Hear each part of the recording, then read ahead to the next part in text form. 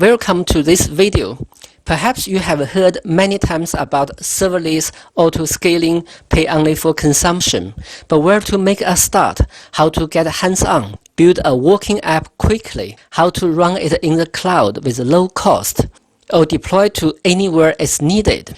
The good news is that it's not hard to do. In this video series, we will go through a complete end-to-end process.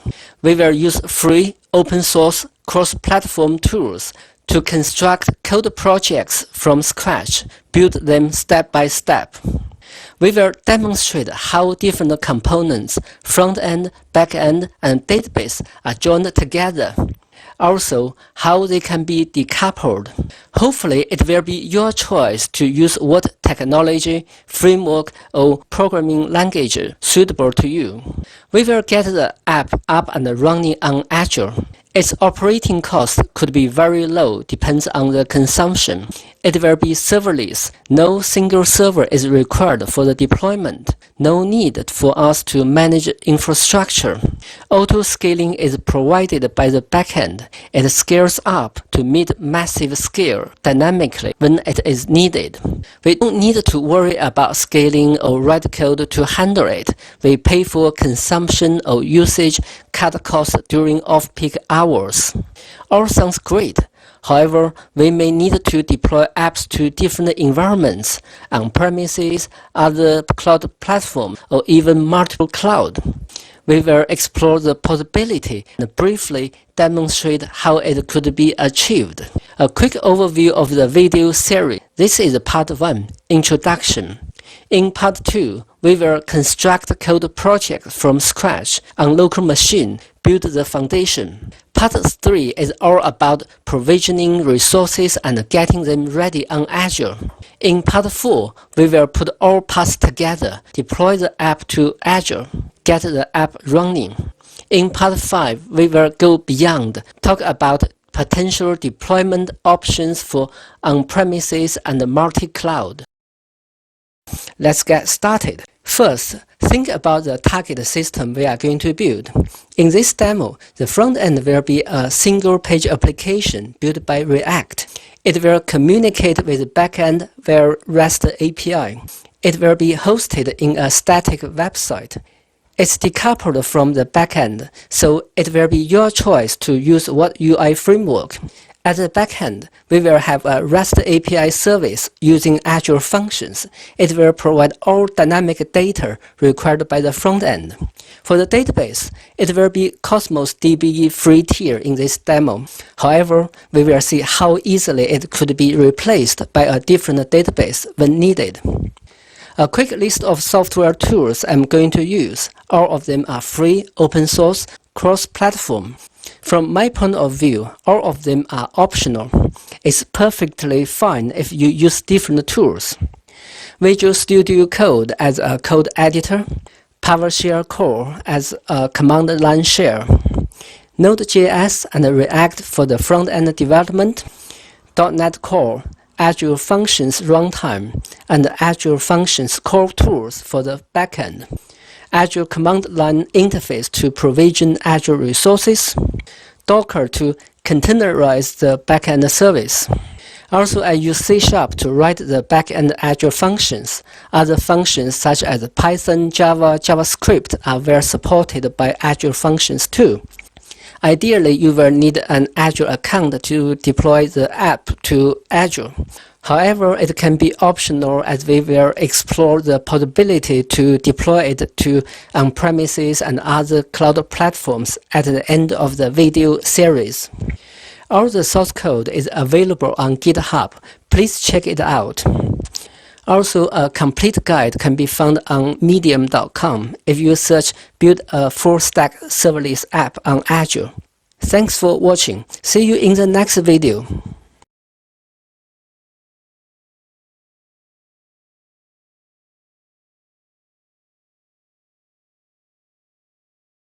Welcome to part 2 of this video series. In this video, we will construct code projects for both back-end and front-end on the local machine. Build the foundation. Let's get started. Now I'm in an empty folder I just created. Let's create two subfolders, one for the backend and one for the frontend. Let's start with the backend. I already have Azure Functions core tools installed. I also installed .NET Core SDK, as I'm using .NET as a function runtime. Both look good. Now, let's create a function project. Name it as Function Backend. I'm going to use .NET as a runtime. Other runtime options are Python, Java, Node, and PowerShell. For .NET, it creates a C# class library project. Go into the project folder. A project file and the local configuration files have been generated. Now let's create a function. A function will run a piece of code when it is triggered by an event. Give it a name, Wigplan Functions. We see a list of templates to choose. Because we are going to provide a REST API over HTTP, so we choose HTTP trigger. The function is created. We see the Wigplan Functions C# file is added. Now let's start the function. The function is ready now. Its endpoint is available at this URL. Let's give it a go. Copy the URL, open another command line shell. Side by side, cur URL. The function created by the template is expecting a name parameter. On the left side, the function is executed. On the right side, we see the response from the function. Now let's move on to change some code. Terminate the function by Ctrl+C and open VS Code. On the left side, we see the code structure generated earlier. We need to add some data models and supporting services. Let me create one folder for models, one folder for services. To save time, I'm going to copy and paste some code that I already prepared. Let's go through the code I just copied.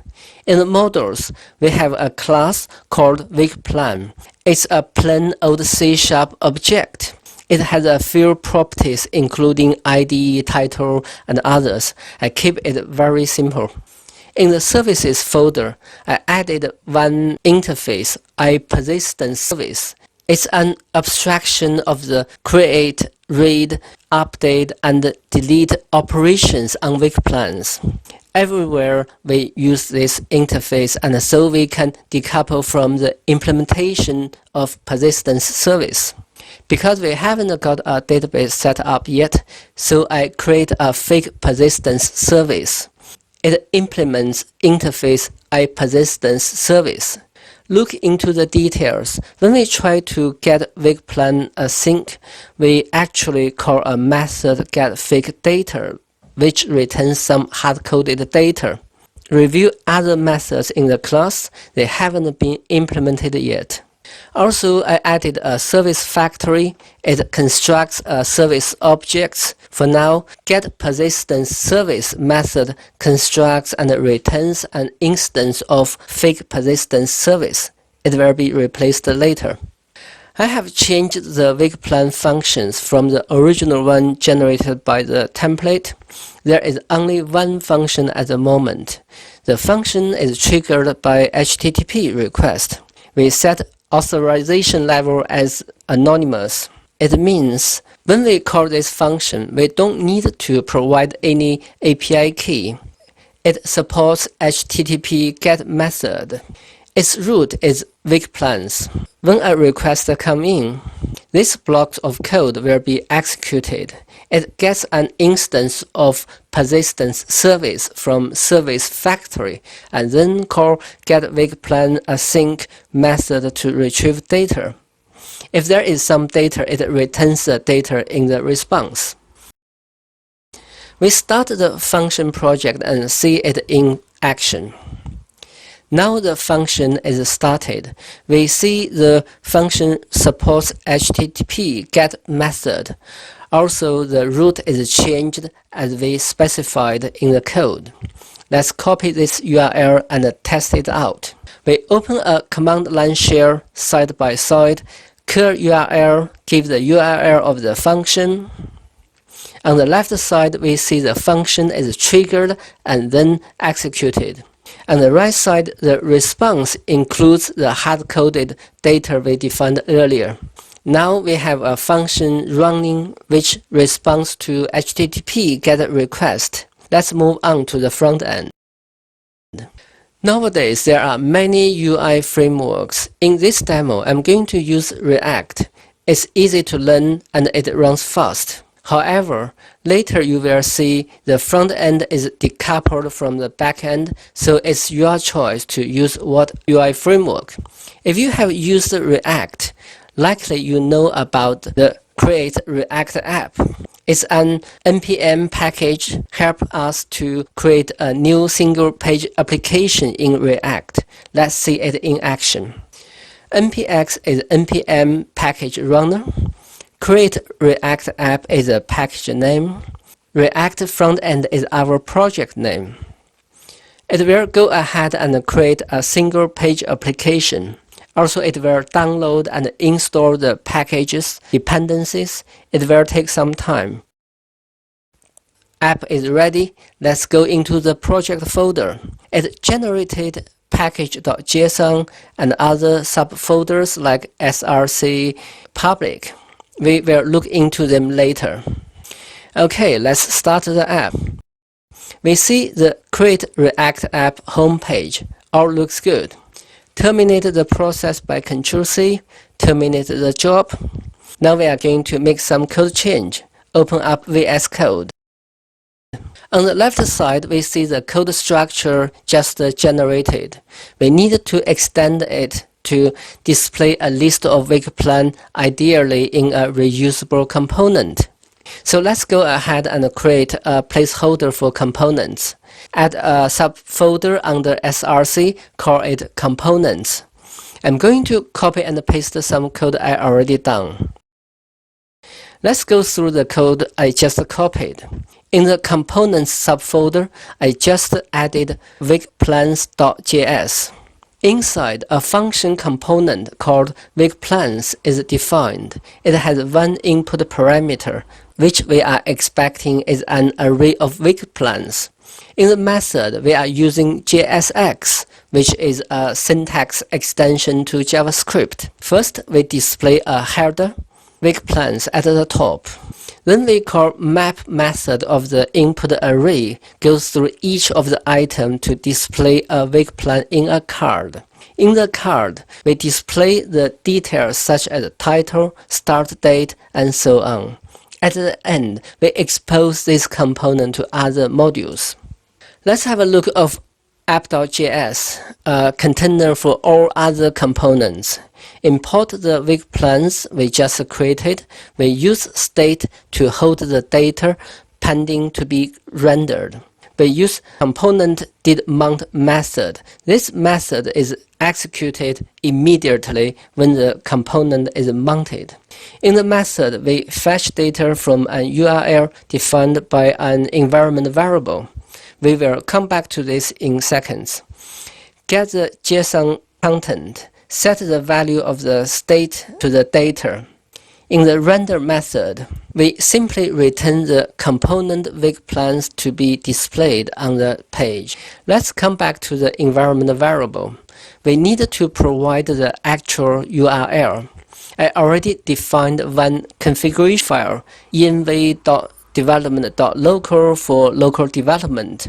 Inside, the environment variable is already there. We need to give it a value. It should be the URL of the function endpoint. Let's paste the URL here, save the change. One more thing, we go back to the week plans component we created earlier. We display each plan as a card. Actually, it's a bootstrap card. We need to add a reference to bootstrap CSS library. Go to public folder, open index.html. I already added a link to bootstrap CDN. Everything is ready at the front end. Switch back to the command line shell. Start the app. Now we see the header week plans on the page, but there is no data. Let's open the developer tools. There is an arrow with CORS, cross-origin resource sharing. The reason is that by default, CORS is not enabled in functions.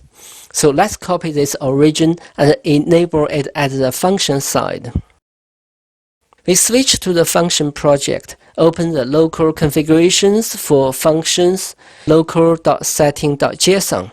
We add a new property host, enable CORS for the origin of our front end. Now we have localhost 3000 enabled for CORS.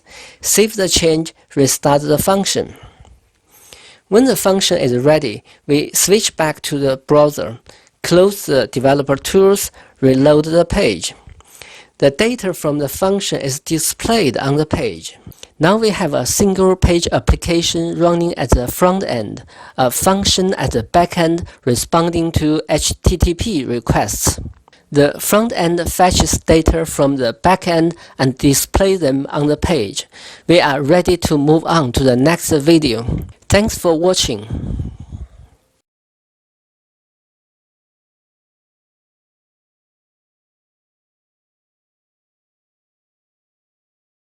Welcome to part 3 of this video series. In this video, we will connect to Azure, provision our resources we need. We look into the system from deployment of view.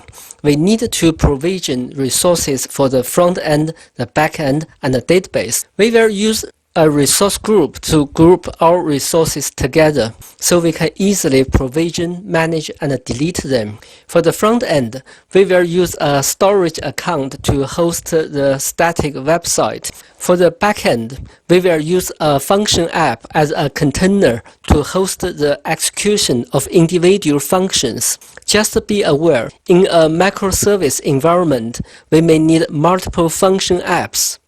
We also need a storage account to store the state of the functions.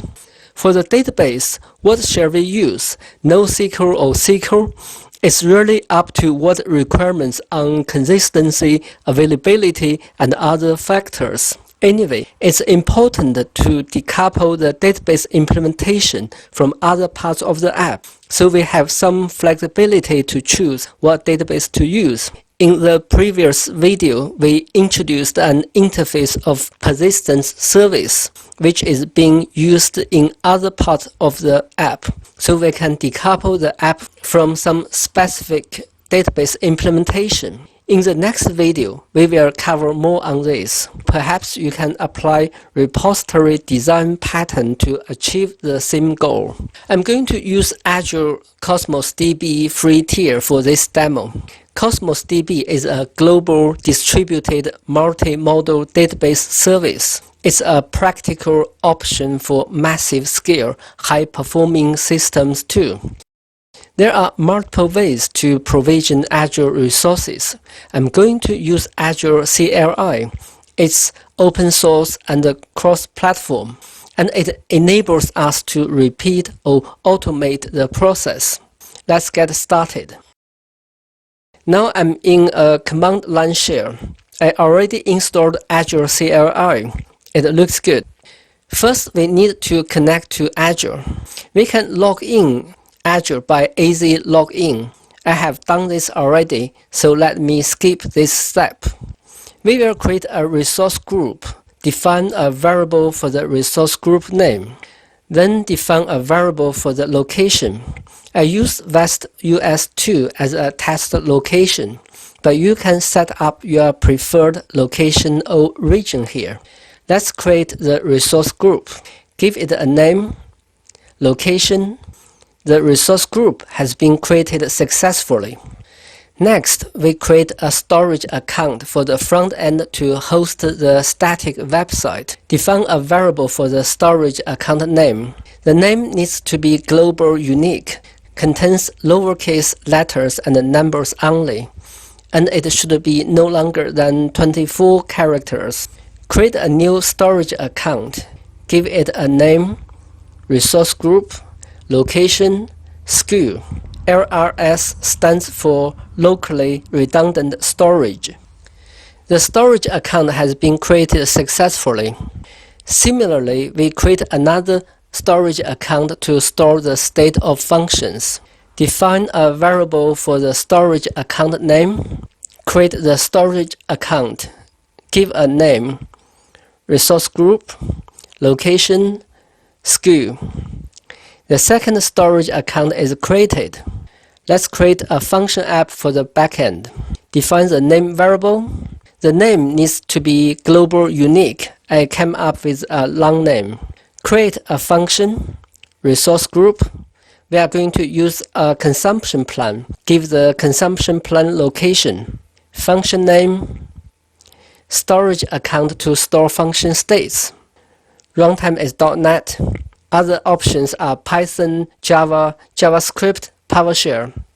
Functions version is 3. It will take some time for the provision process. Let me come back later. The function app is ready. The last remaining resource is database. Let's provision a Cosmos DB account.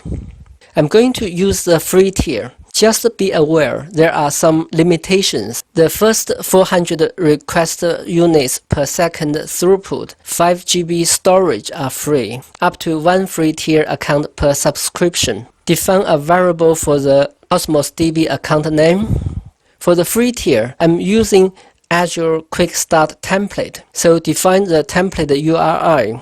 Just be aware, Cosmos DB supports multiple APIs such as Cassandra, MongoDB, Gremlin, SQL. This template creates a Cosmos DB account for SQL API, which is what I need. Define a database name planner. Create a deployment. Give a name of the deployment, resource group, the template URI. The first parameter, account name, change to a new line. The second parameter, location. The third parameter, database name. Let's run it. It will take some time. I will be back shortly. About 7 minutes later, I see the response. The deployment is complete. The Cosmos DB account is ready. Now we go to Azure portal. Have a look of the resources we just created. I'm on the Azure portal now. We see a list of resource groups I have. We can filter them by name. Here is the resource group we created earlier. Let's drill into it. On the right side, there is a list of resources we provisioned. The storage account for the front end, the storage account to store the state of the functions, the function apps for the backend service, and the Cosmos DB. There are other supporting resources created by Azure. We skip them for now. I open new tabs for each of the front end, the back end, and the database. Let's go through them one by one. For the storage account for the front end, we see its resource group, status, location, and other properties all are as we expected. We need to enable it to host static website. Go to Settings, Static Website, enable static website on the blob service. Also give the index document name and arrow document path for now.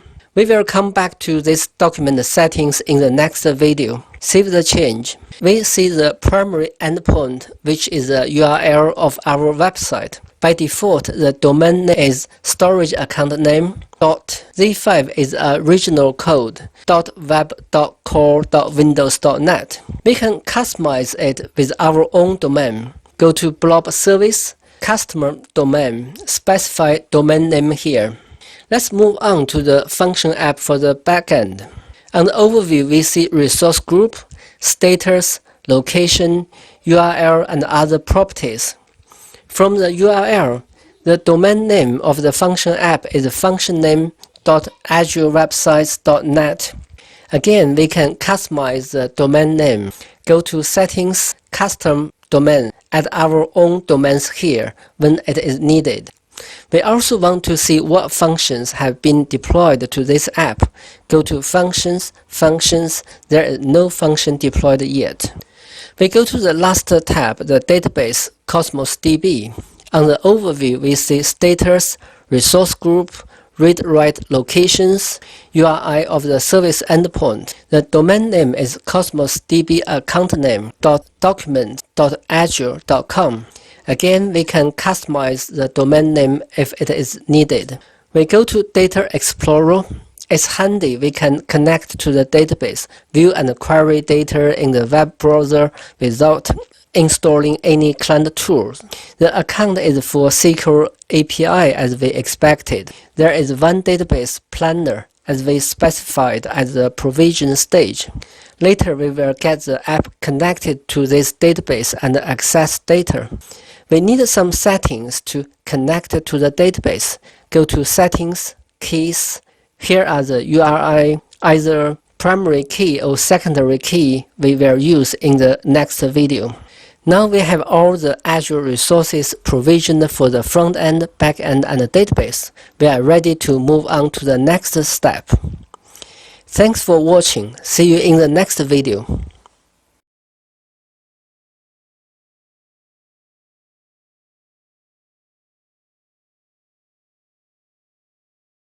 Welcome to part 4 of this video series. In this video, we will revisit the code projects we constructed in part 2, integrate them, and deploy them to Azure to the resources we provisioned in part 3. Finally, we will get the app running in the cloud. Let's crack on. We start from the backend, go into the project folder. First, we need to add 2 NuGet packages to the project. One is Microsoft Azure Cosmos. We need it to connect to Cosmos DB. The second one is Newton Soft JSON. We use it to process JSON data, as Cosmos DB uses JSON to move and store data. Both packages installed successfully. Let's look into the code. Open up VS Code. Before this step, I made some changes. Let's go through them. In the models, for the week plan class, I added JSON property attribute for each property, so we can define the property name that goes into JSON. I added an interface iSetting service. It is an abstraction to retrieve application settings. For now, it provides some settings of Cosmos DB, so we can use them to connect to our database later. Not a surprise, there is an implementation class, setting service. It retrieves settings from environment variables. I modified the service factory, added a new method, getSettingService. It constructs and returns an instance of setting service. Perhaps you already noticed there is another new class, Cosmos Persistence Service. It's an implementation of persistence service for Cosmos DB. It implements all the create, read, update, delete operations of week plan. The key component to communicate with Cosmos DB is Cosmos Client. When we construct the client object, we provide the database endpoint API key, so the client is able to connect to our Cosmos DB and access data. Now we can use this implementation of persistence service. We go back to the service factory, change the getPersistence method. So now we get an instance of Cosmos Persistence Service. If you have implementation for other database like MongoDB, MySQL, here is a place to switch to your choice. This fake persistence service is no longer needed. We remove it. Let's review the functions. For the getWeekPlans function, there is no code change from step 1. However, when we call service factory to get an instance of persistence service, now we get an instance of Cosmos Persistence Service. There could be other ways to inject an instance here. For example, by dependency injection. Dependency injection is supported in functions. To simplify code in this demo, I will skip it for now. Also, function supports input-output bindings to access Cosmos DB without writing much code. It could be a good option if the database had been fixed as Cosmos DB.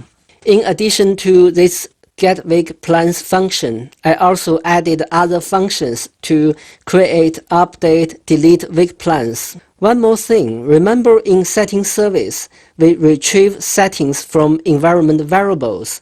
We need to configure them. Go to local.setting.json file, which provides local configuration for functions. I'm going to add some application settings in the values property. These settings will be read by functions as environment variables.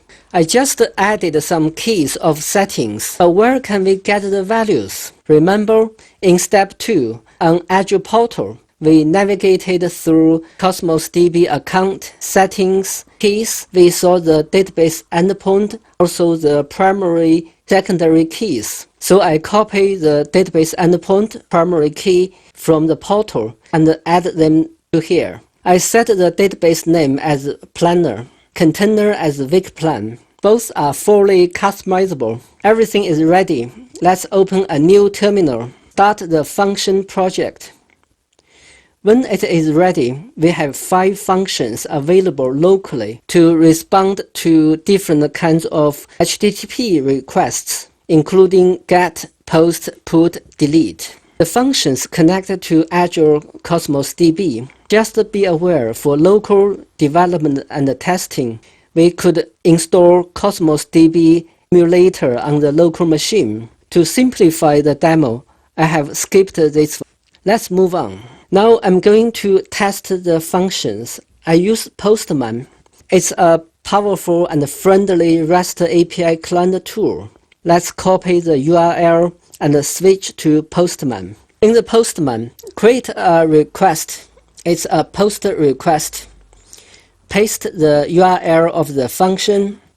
Go to body, raw, JSON format. Paste a payload. Post the request. In the response, the status is 200, which means OK. Let me post a second one. Again, the response status is OK. Change the post method to get. Send the request to get all week plans. The 2 week plans we just posted are displayed in the response. For now, the functions are running locally. We are going to deploy them to Azure, to the function app we provisioned in step 2. Let's go to Azure portal, have a quick look of the target function app. Here is the function app on Azure portal. I copy its name. We need it later. Go to functions, functions. There is no function deployed yet. Let's switch back to the terminal. First, define a variable for the function app. Paste the name I just copied. Next, publish the local function project to the function app on Azure. Oh, I typed publish incorrectly. Try again. Deployment completed successfully. Functions are available as the new URLs on Azure. We switch back to the portal. Refresh. We see all 5 functions are listed on the page. Drill into one of them to see details. We can carry out some quick tests here. Now remember, we configured application settings in local settings JSON. However, these local settings won't be used when functions are running in the cloud. We need settings for the function app. Go back to the function app settings configuration. We need to add some settings as we did earlier. In local environment, we can do it manually by clicking New Application Settings. Or let's do it by commands. Switch to the terminal. Define variables for the resource group, Cosmos DB endpoint, Cosmos DB API key. Run AZ function app config app settings. Give the function app name, resource group, the settings. The command completed successfully. Switch to the function app on Azure portal. Refresh the configuration. The new settings are displayed in the list. We are going to test the functions. Go back to the overview, copy the URL, go to Postman without restarting the function app. In the Postman, Replace the local host with the URL we just copied. In the request body, modify the JSON payload. Post the request. In the response, we see the status is OK. We could carry out more testing on other functions on get, update, and delete, but let's save time and move on. One thing you may be wondering about is how data are stored in the database. We can view the data in the Cosmos DB without installing any client tools. Switch back to the portal, go to the Cosmos DB account, open up Data Explorer. Cosmos DB supports multiple API. I'm using SQL API, which is the default. In the Object Explorer, we see there is one database planner. In the database, currently there is one container, week plan. We can run SQL query to query data. If we query all data in the container, we see all the week plans we posted earlier displayed in the results. Now the backend and the database are ready on Azure. Let's move to the front end. I already opened the front end project we constructed in step 1. Remember, in app.js, we fetch data from an URL provided by an environment variable. For the local development environment, we defined a local configuration file .env.development.local, provided URL there. We need a separate configuration for the cloud environment. Let's clone .env.development.local, rename development as production. Then we replace localhost URL with the URL of the Azure Function app. Save the change. One more thing, we need to handle page not found error just in case. I added a 404.html in the public folder. It is a simple page just for demo purpose. Everything is ready. Let's go ahead to create an optimized production build. Build is completed. I created a build folder with a production build of our app. Let's go into the folder. The static subfolder contains bundled JavaScript and CSS. Also, index.html and 404.html are generated in the root folder. All looks ready to be deployed to a static website. Remember, we provisioned an Azure storage account to host the static website. Let's go to Azure portal. Have a quick look. Here is the storage account. I copy the name. It will be used later. We go to Storage Explorer, blob containers, $web. It is the root folder of the static website. We can upload files by clicking the upload button at the top, or let's do it by command. Switch back to the terminal in VS Code. Define a variable for the storage account name. Call AZ storage blob upload batch from the local build folder to the static website root folder. Give the storage account name. The upload was successful. Switch to the portal to check. Previously, there was no files available. Refresh.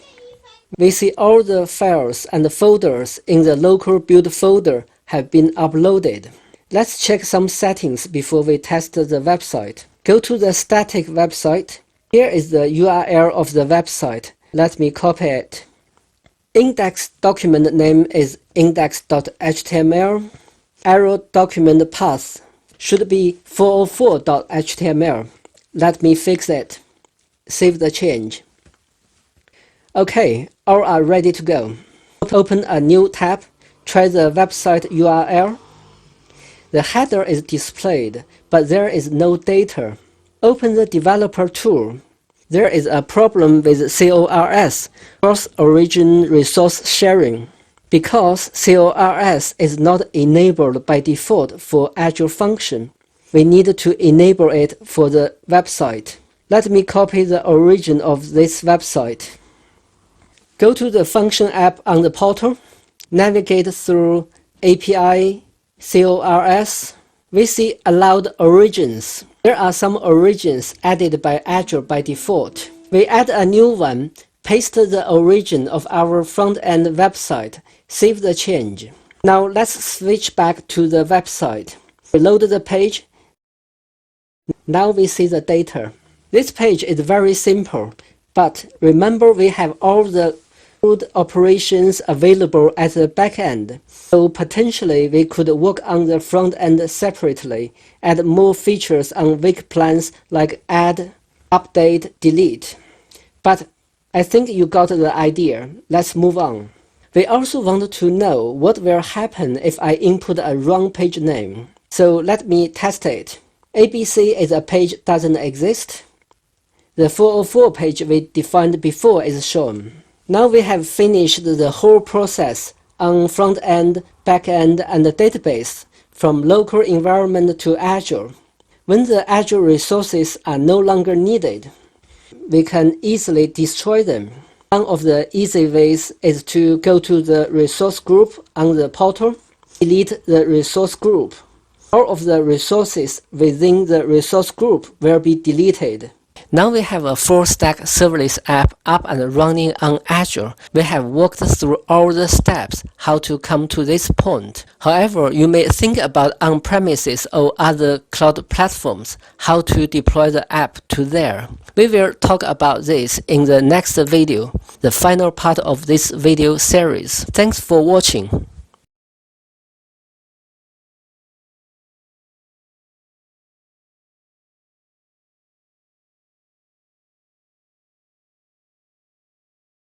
Welcome to the final part of this video series. In this video, we will go beyond a single cloud platform, talk briefly about other potential deployment options. In many cases, it is important to provide different deployment options to meet different needs, to deploy apps to on-premises, another cloud platform, or multiple cloud platforms. It's a huge topic. In this short video, we will touch just the surface and explore the possibility. We look into the system diagram. For the front end, there are many options for static website hosting. For example, the front end can be deployed to static website available on nearly all of the major public cloud platforms. For the database, as we walked through in earlier videos, we have the flexibility to connect to the database of your choice by implementing a different persistence service. The only uncertain part from my point of view is the backend. The good news is that it's very straightforward to make the backend function portable.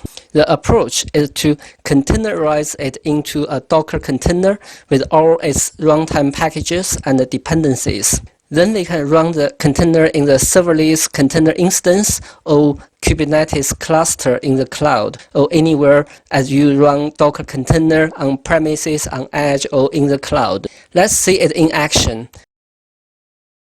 Go into the function backend project folder. By the way, I already have Docker for Windows Desktop Community Edition installed on my local machine. We will use it shortly. First, I'm going to use Azure Functions core tools, which we used in earlier videos to generate supporting files for Docker. We see two new files, Dockerfile and Docker-ignore, have been added. Let's view them in VS Code. Dockerfile is used to create our own custom Docker image. There are two stages. The first one is from the .NET Core SDK base image. It copies our project to the container, publishes it and its dependencies to an output folder for deployment. The second stage is from Azure Functions base image. It contains Azure Function runtime for .NET Core, which is about 30% smaller than the SDK base image. It sets up environment variables needed for the runtime and, very important, copies output from the first stage to the script root folder. All looks good except one thing.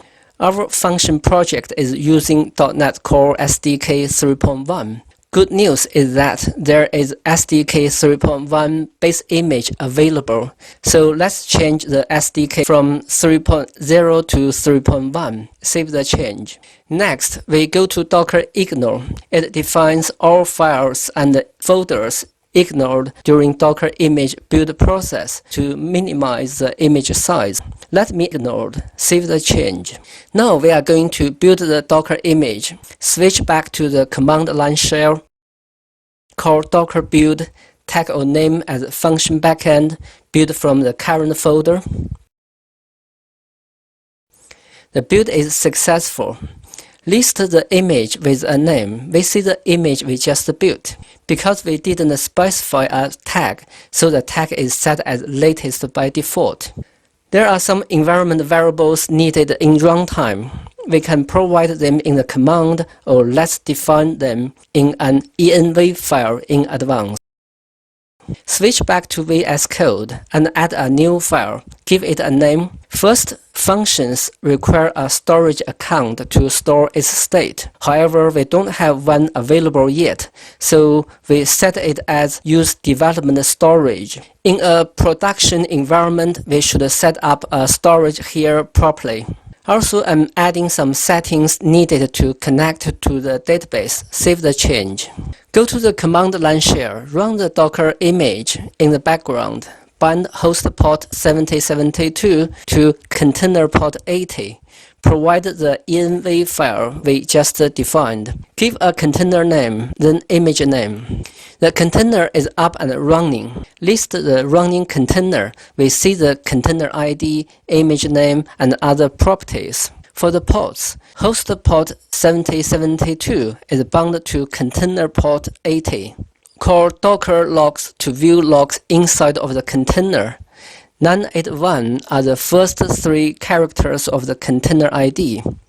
In the log, the 5 functions we built are found. Also, the HTTP routes of functions are initialized, and the process is listening on port 80 of the container. Now let's do a quick test. Open another command line shell, side by side, clear URL, localhost, port number is 7072, which is bound to container port 80. Root is wigplans, which associates with function getWigPlans. Send the request. On the left side, the function getWigPlans is triggered and executed. On the right side, the response contains JSON data from the function, which retrieved data from the database. We could carry on to test other functions like add, update, and delete, but let's move on. Once we have finished the test, let's tidy up. Terminate the Docker logs process, kill and remove the running container. We run and tested this Docker image locally. Next, we could push it to a Docker image registry, then deploy it to serverless container instance or Kubernetes cluster in the cloud, or anywhere you run Docker container on premises, on edge, or in the cloud. We come to the end of this video series. The source code is available on GitHub. A complete guide can be found on medium.com if you search Build a Full-Stack Serverless App on Azure. Thank you very much for watching. Hope to see you again.